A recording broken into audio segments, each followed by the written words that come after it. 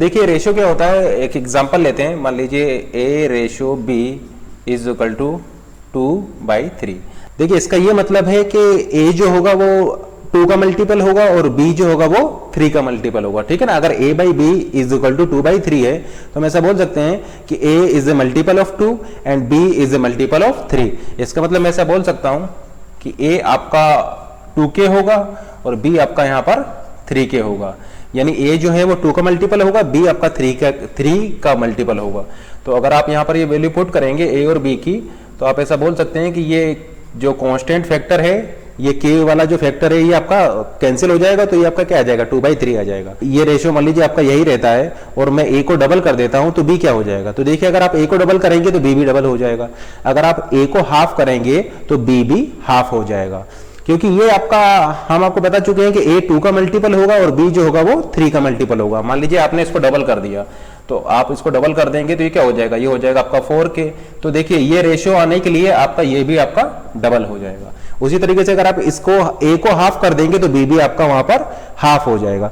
यानी हम ऐसा बोल सकते हैं कि जो भी आप मल्टीप्लिकेटिव या डिवीजन चेंज अगर आप a में करेंगे तो वही मल्टीप्लिकेटिव और डिवीजन वाला चेंज आपका b में भी होगा। मान लीजिए कि ये आपका एक क्वेश्चन गिवन है, ठीक है ना, यहाँ पर कि 10a² plus ab divided by 3ab minus b² is equal to 10:1, ये आपको गिवन है। आपको कैलकुलेट करना है a रेशियो b यहाँ पर क्या होगा, ठीक है ना। तो इस क्वेश्चन को आप किस तरीके से करेंगे, तो इस क्वेश्चन में आप ये वाला कंसेप्ट लगा सकते हैं कि अगर a by b is equal to 2/3 है तो आपका यहाँ पर जो a होगा वो 2 का मल्टीपल होगा और b जो होगा वो आपका 3 का मल्टीपल होगा। तो इस कंसेप्ट को भी आप लगा सकते हैं, या फिर आप यहाँ पर इस तरीके से भी कहते हैं कि आपको देखिए क्या कैलकुलेट करना है, आपको कैलकुलेट करना है a डिवाइडेड बाई b, यानी a रेशियो b आपको कैलकुलेट करना है। तो अगर मैं इसको ab से डिवाइड कर दूंगा और यहाँ पर भी ab से डिवाइड कर दूंगा तो ये a रेशियो b मुझे यहाँ पर मिल जाएगा, ठीक है ना। तो अब मैं क्या कर रहा हूँ कि ab से इसको बोथ साइड डिवाइड कर रहा हूँ। अब देखिए हमें क्या कैलकुलेट करना है, हमें कैलकुलेट करना है a बाई b। तो एक काम करते हैं, इस a बाई b को मैं r मान ले रहा हूँ, ये जो रेशियो है इस रेशियो को मैं r मान ले रहा हूँ। तो अगर इस वैल्यू को मैं यहाँ पर पुट कर दूंगा तो मुझे मिल जाएगा 10r plus 1 divided by 3 minus 1/r। ये आपका क्या है, ये b बाई a, तो ये हो जाएगा आपका 1/r। अब इसको आप सॉल्व कर सकते हैं। अब देखिए ये आपका एक क्वाड्रेटिक इक्वेशन बन जाएगी, तो क्वाड्रेटिक इक्वेशन हो जाएगा 10r² plus 10 minus 29r is equal to 0। तो आपकी क्वाड्रेटिक इक्वेशन बन जाएगी, तो उसको आप r के लिए सॉल्व कर सकते हैं, तो वहां से आपको आपका आंसर मिल जाएगा। क्योंकि आपको क्या पूछा गया, आपसे पूछा गया a रेशियो b क्या होगा, तो a रेशियो b को हमने r माना हुआ है, तो इस इक्वेशन को सॉल्व करके आप यहाँ पर इस क्वेश्चन को सॉल्व कर सकते हैं, ठीक है ना। तो ये आपका एक मेथड तो ये हो गया, आप इक्वेशंस बना रहे हैं और इसको सॉल्व कर रहे हैं। सेकंड मेथड है कि आप इस कंसेप्ट को यूज कीजिए, जैसे कि हमने आपको बताया था a रेशियो b आपका 2/3 है, तो हम यहाँ पर ऐसा बोल सकते हैं कि a 2 का मल्टीपल होगा और b जो है वो 3 का मल्टीपल होगा।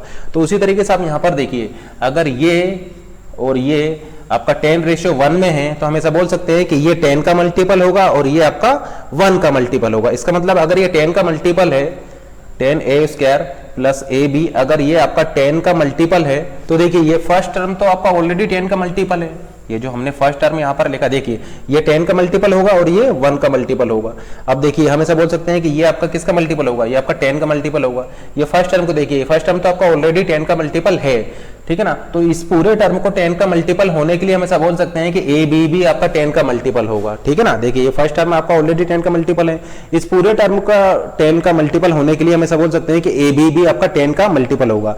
अब देखिए a b आपका 10 का मल्टीपल किस केस में मिलेगा, देखिए इस केस में मिलेगा, क्योंकि 5 × 2 क्या हो जाएगा आपका 10 हो जाएगा, तो आंसर आपका आ जाएगा 4। Ratio b is equal to 2/5 होगा, तो इसको मैं क्या लिख सकता हूं, मैं इसको लिख सकता हूं कि a आपका 2k हो जाएगा और b आपका 5k हो जाएगा। तो आप कैलकुलेट कीजिए, यहाँ से a b क्या हो जाएगा, a b आपका हो जाएगा 10k²। तो a b किसका मल्टीपल है, a b आपका यहाँ पर 10 का मल्टीपल है, तो 10 का मल्टीपल केवल आपको 4th केस में मिलेगा, तो आंसर आपका हो जाएगा 4th।